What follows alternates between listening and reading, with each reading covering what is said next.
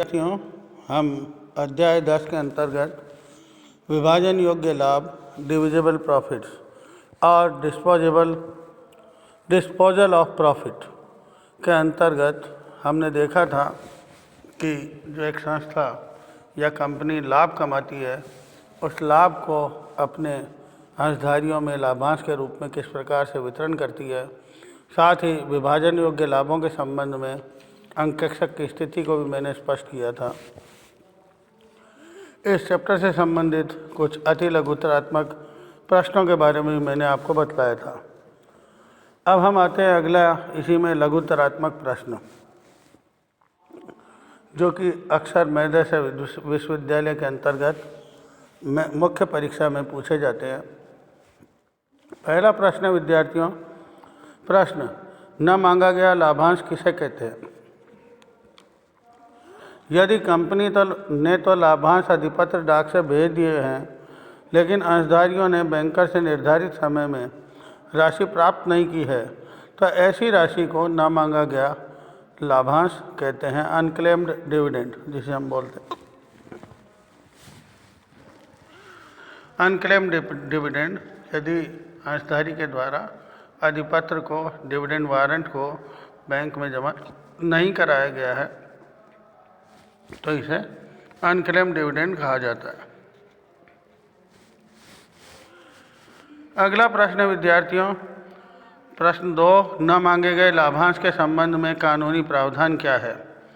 धारा 205(1)(a) के अनुसार घोषित लाभांश 30 दिन बाद भी अप्राप्य रहता है अथवा नहीं मांगा जाता है तो इसे unpaid dividend account of company limited में हस्तांतरित कर दिया जाता है।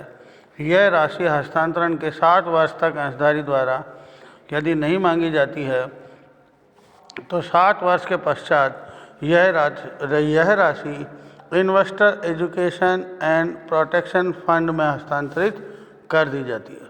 तो कहने का तात्पर्य है, यदि अनक्लेम डिविडेंड रहता है तो उसको अनपेड अकाउंट में डिविडेंड अकाउंट में डाल दिया जाता है उस कंपनी के, और यदि 7 वर्ष तक अंशधारी क्लेम नहीं करता है तो 7 वर्ष के पश्चात, अवधि पूर्ण होने के पश्चात investor education and protection fund में हस्तांतरित कर दिया जाता है।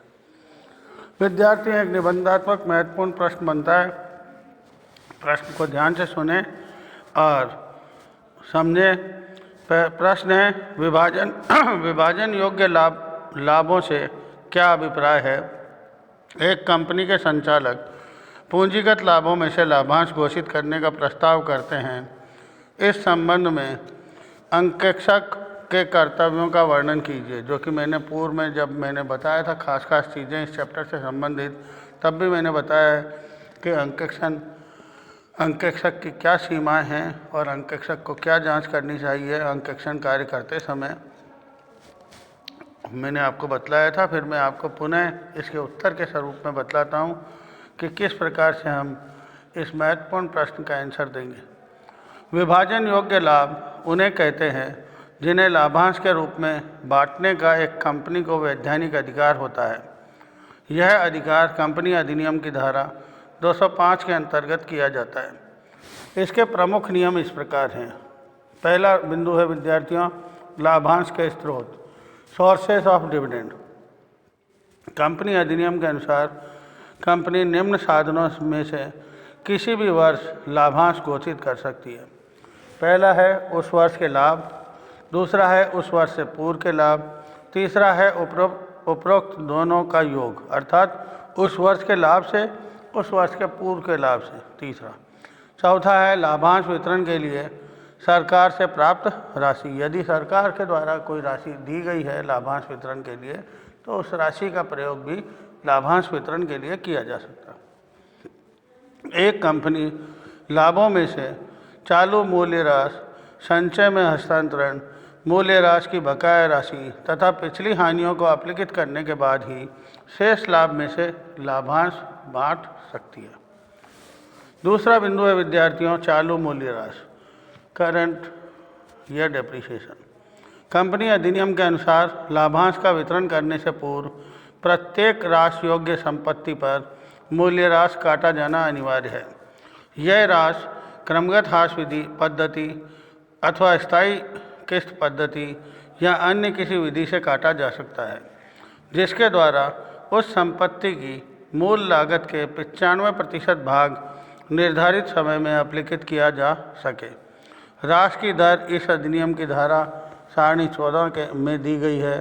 जैसा कि हम पढ़ते हैं कि सारणी 14 में दे रखा है, जो रेट ऑफ डिप्रिसिएशन है उसके अनुसार ही ह्रास की दर लगाई जाती है और उसके अनुसार ही उन डिप्रिसिएशन को हम समस्त आय में से घटाते हैं।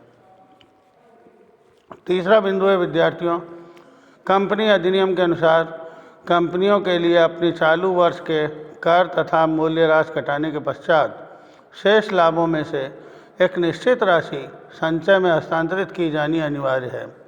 न्यूनतम हस्तांतरण की राशि प्रस्तावित लाभांश की दर पर निर्भर करती है। यदि लाभांश की दर 10% या उससे कम है तो यह हस्तांतरण अनिवार्य नहीं है। यदि लाभांश की दर 10% से अधिक है व 12.5% से कम है तो चालू वर्ष के लाभों का 2.5% संचय में हस्तांतरित किया जाएगा।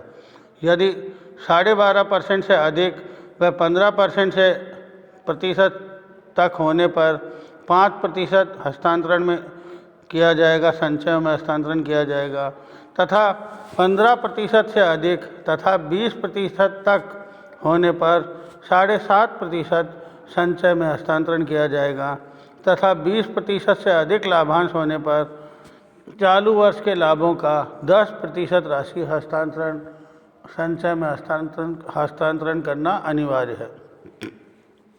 चौथा बिंदु है विद्यार्थियों, मूल्यह्रास की बकाया। इस संबंध में निम्न 2 नियम हैं। 28 दिसंबर 1960 से पहले के मूल्यह्रास को अपलिखित किए बिना लाभांश घोषित किया जा सकता है। 27 दिसंबर 1960 के बाद मूल्यह्रास को उस वर्ष के लाभों में से या पिछले लाभों में से अपलिखित किया जाना अनिवार्य है। पांचवा बिंदु है विद्यार्थियों, पिछली हानियाँ, एक्यूमुलेटेड लॉसेस, अर्थात गत वर्षों में यदि संस्था को हानियाँ हुई हैं वित्तीय वर्षों में तो ऐसी स्थिति में उनको भी अपलिखित किया जाना अनिवार्य है। जिसके संबंध में नियम है, यदि कोई व्यापारिक हानि जो पहले के वर्ष की हो और अभी तक अपलिखित नहीं हुई है तो निम्न में से न्यूनतम राशि अपलिखित की जानी अनिवार्य है। पहला बिंदु है उस समय की व्यापारिक हानि ह्रास घटाने के बाद। ठीक है, उस समय की व्यापारिक हानि, उस वित्तीय वर्ष की व्यापारिक हानि ह्रास घटाने के बाद, अर्थात डेप्रिसिएशन घटाने के बाद। दूसरा, उस समय पुस्तक में लिखे गए ह्रास की राशि, अर्थात कहने का मतलब यदि गत वर्ष के अंदर उस संस्था को हानि हुई है तो ऐसी स्थिति में लाभांश वितरण के पूर्व में जो गत वर्षों की हानियां हैं, एक्यूमुलेटेड लॉसेस हैं वित्तीय वर्ष के, उनको अपलिखित किया जाना अनिवार्य है। पूंजीगत लाभ का अर्थ, ये बहुत महत्वपूर्ण है। पूंजीगत लाभ वे लाभ होते हैं जो कि सामान्य व्यापारिक क्रियाओं के दौरान उत्पन्न नहीं होते बल्कि अन्य साधनों से उत्पन्न होते हैं, जिनमें प्रमुख रूप से निम्न मदे शामिल हैं। पहला बिंदु है अंशों के निर्गमन पर प्राप्त प्रीमियम। दूसरा, ऋण पत्रों के निर्गमन पर प्राप्त प्रीमियम। तीसरा, समावेलन से पूर्व के लाभ। चौथा, ऋण पत्रों के शोधन से प्राप्त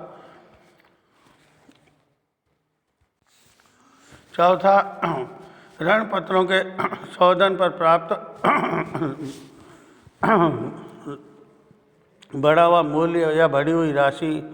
पांचवा बिंदु है विद्यार्थियों, स्थायी संपत्तियों के विक्रय से लाभ, profit on sale of fixed asset.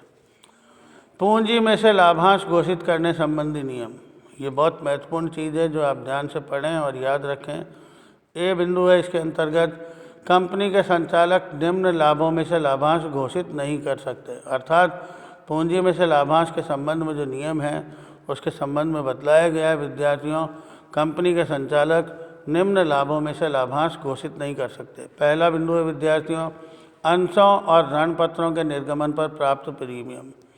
यदि अंशों एवं ऋण पत्रों के निर्गमन पर सिक्योरिटीज प्रीमियम जो हम प्राप्त करते हैं उसमें से लाभांश की घोषणा नहीं की जा सकती, याद रखना हमेशा।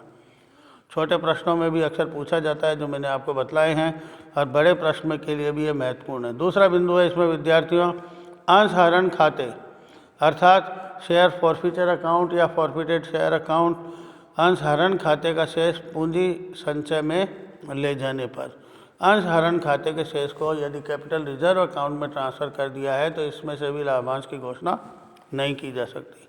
और इसी में तीसरा बिंदु है विद्यार्थियों समामेलन से पूर्व के लाभ, profit prior to incorporation of business, अर्थात समामेलन अर्थात कंपनी के समामेलन से पूर्व के लाभ हुए हैं या व्यापार शुरू करने के प्रमाण पत्र मिलने से पूर्व के जो लाभ कहलाएंगे वो समामेलन से पूर्व के लाभ हैं।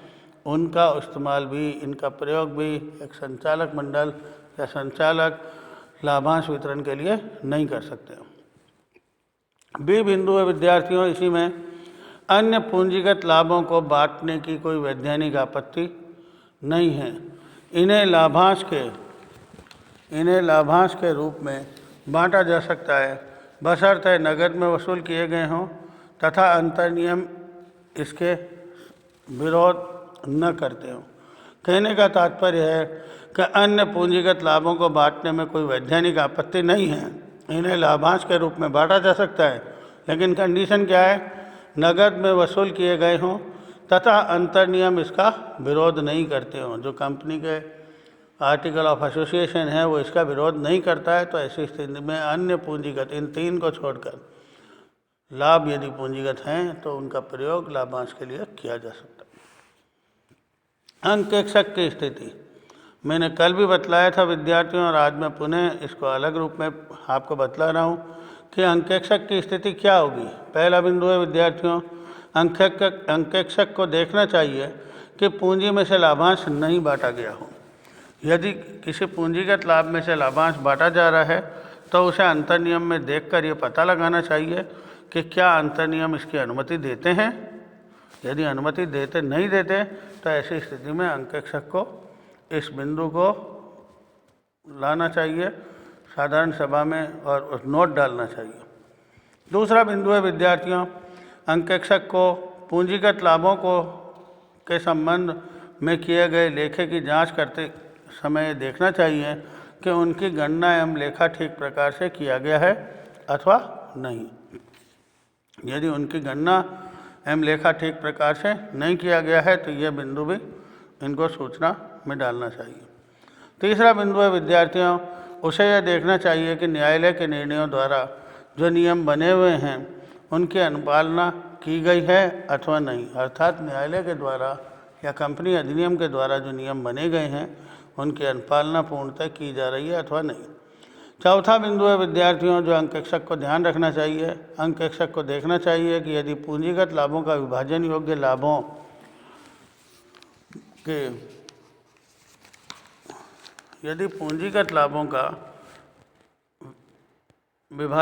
लाभों के रूप में दिखाया जा रहा है तो इस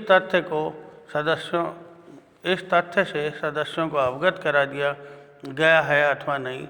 इसका अतिरिक्त यह तथ्य उसकी रिपोर्ट में प्रकट होना चाहिए। कहने का मतलब यह है अंकेक्षक को जब लाभांश की जांच करे डिविजिबल प्रॉफिट्स की तो इन चार बिंदुओं को ध्यान में रखते हुए इसकी जांच करनी चाहिए कि अकाउंटिंग प्रॉपर की गई है अथवा नहीं, पूंजीगत लाभों में से तो लाभांश का वितरण किया गया है अथवा नहीं, और विभाजन योग्य लाभों में से ही लाभांश का वितरण किया जाए।